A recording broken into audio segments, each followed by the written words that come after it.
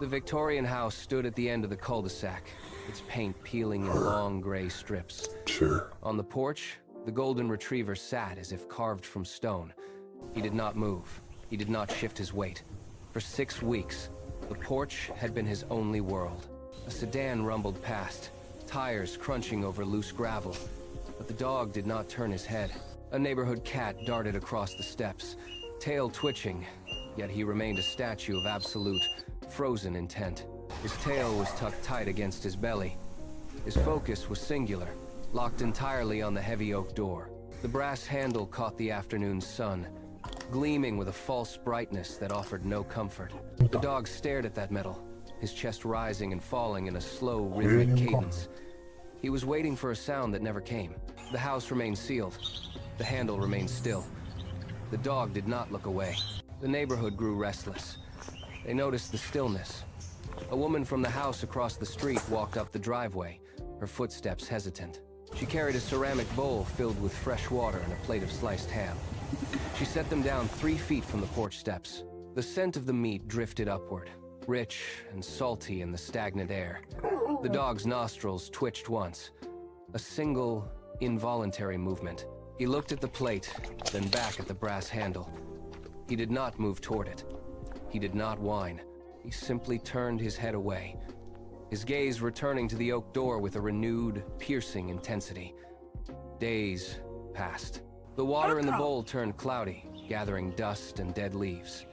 The meat dried into hard, dark strips under the relentless sun. Flies circled the plate, buzzing in frantic, erratic patterns, but the dog remained a silent guardian of the threshold. He was starving, yet he refused to break his post. The neighbors stopped coming as close, sensing a barrier they could not cross.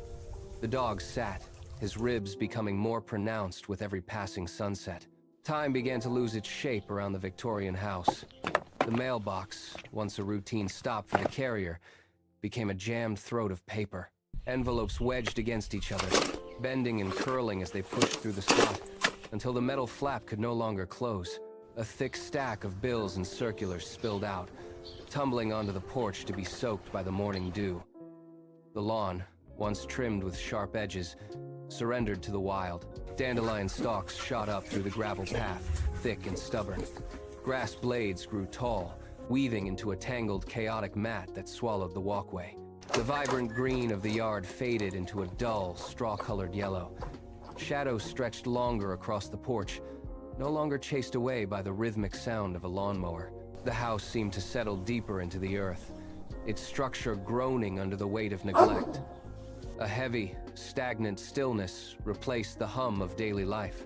The windows, once clear, gathered a film of grime that turned the interior world into a blurred, dark mystery.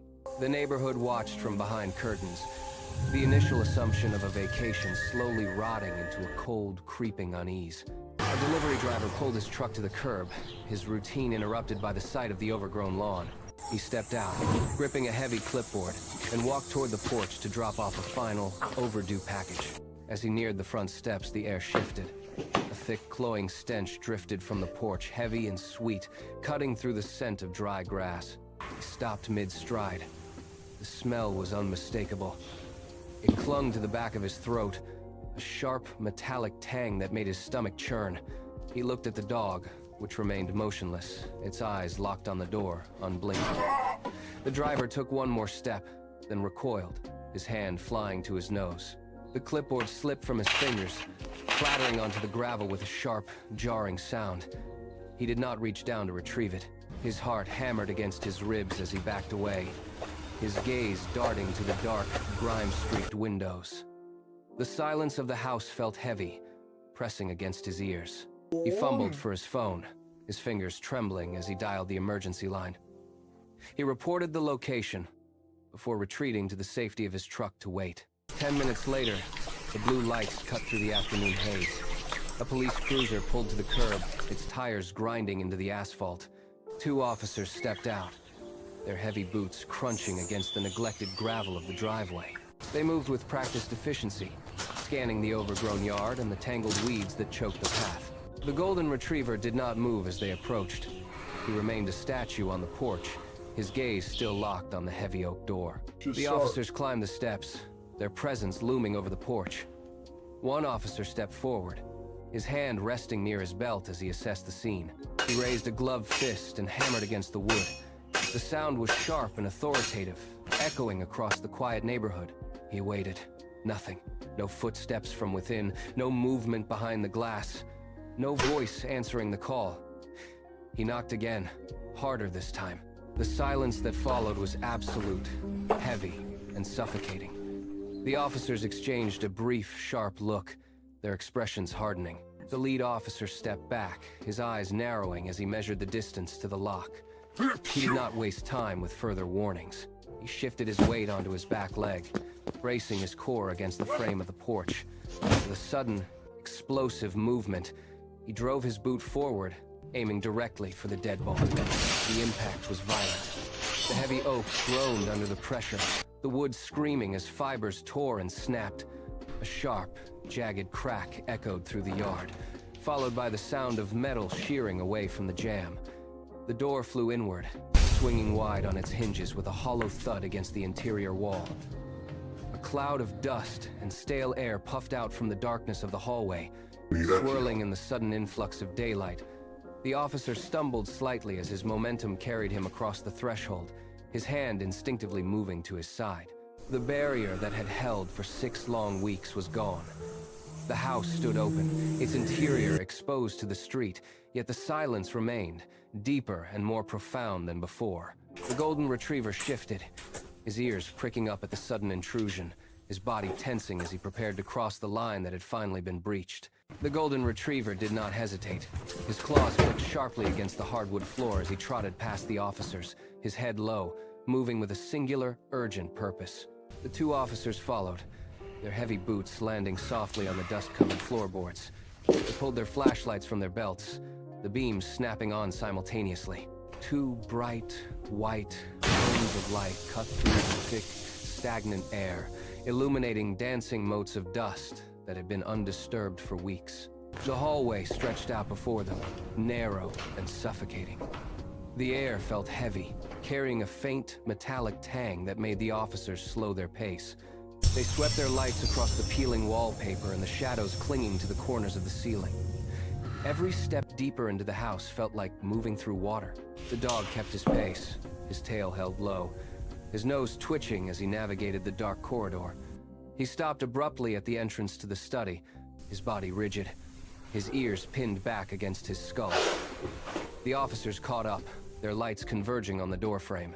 The darkness beyond the study door was absolute, a wall of shadow that seemed to swallow the light. They stood for a heartbeat before stepping forward into the room.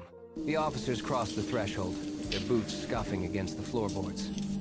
The beams of their flashlights swept across the room, illuminating rows of bookshelves and a heavy mahogany desk positioned near the window.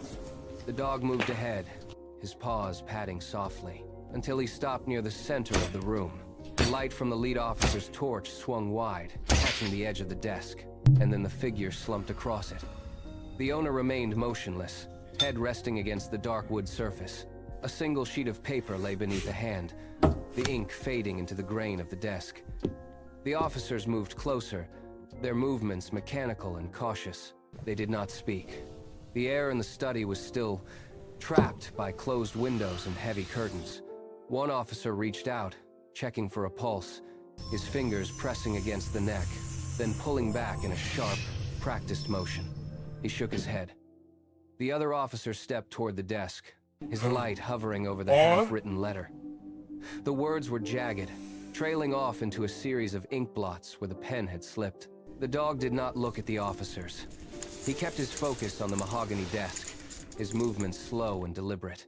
He stepped into the narrow space between the chair and the wood, his tail brushing the floor.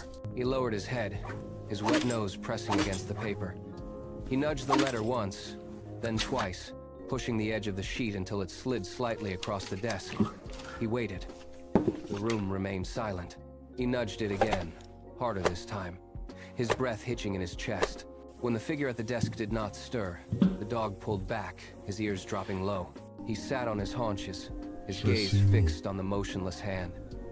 The air in the study felt thin, He tilted his head, his throat working as he drew in a long, ragged breath.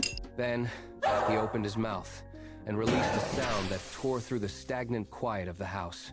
It started as a low, rumbling vibration in his chest and climbed into a high, piercing howl. The howl finally tapered off, leaving a ringing silence. The long wait had reached its final, hollow conclusion.